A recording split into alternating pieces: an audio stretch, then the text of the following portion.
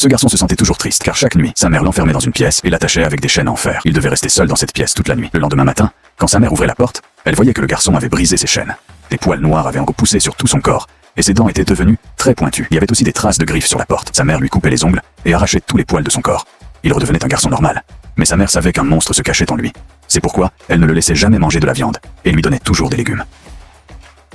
Un jour, c'était l'anniversaire du garçon. Mais sa mère ne lui donna qu'un morceau de pain à manger. En voyant cela, une grand-mère voisine se sentit très triste et prépara en secret un morceau de viande pour le garçon. Lorsqu'il goûta à la viande pour la première fois, il l'adora et la mangea entièrement. Quand sa mère rentra à la maison, elle remarqua que le garçon se comportait de manière très étrange. Elle dut l'enfermer à nouveau dans la pièce. Mais, alors qu'elle fermait la porte, le garçon la griffa. Le lendemain, le garçon était calme et s'excusa auprès de sa mère.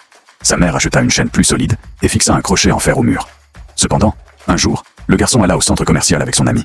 Cette nuit-là était une nuit de pleine lune. En voyant la pleine lune, le corps du garçon commença de nouveau à se transformer. Des poils poussèrent sur son visage, ses yeux devinrent jaunes et il tomba à genoux. Son corps devint effrayant et de longues griffes sortirent de ses mains.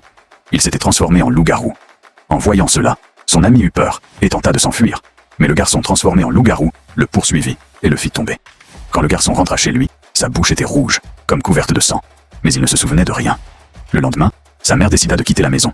Mais le garçon refusa, car il voulait aller à la fête de l'école. Le soir de la fête, tout le monde s'amusait. Mais le garçon se transforma encore en loup-garou. Des poils poussèrent sur ses bras et ses muscles grossirent. À ce moment-là, sa mère arriva juste à temps pour l'arrêter. Elle le ramena à la maison et soigna ses blessures jusqu'à ce qu'il redevienne calme. Mais les habitants de la ville avaient découvert l'existence du loup-garou. Ils vinrent en colère pour capturer le garçon. Cela mit le garçon en colère de nouveau. Sa mère détacha ses chaînes, mais le garçon ne lui fit aucun mal. La mère et le fils se tendirent de la main et décidèrent que, quoi qu'il arrive, ils l'affronteraient ensemble. Et toi, tu aurais fait quoi à la place de sa mère? Dis-le en commentaire. Abonne-toi, parce que la prochaine histoire est encore plus flippante.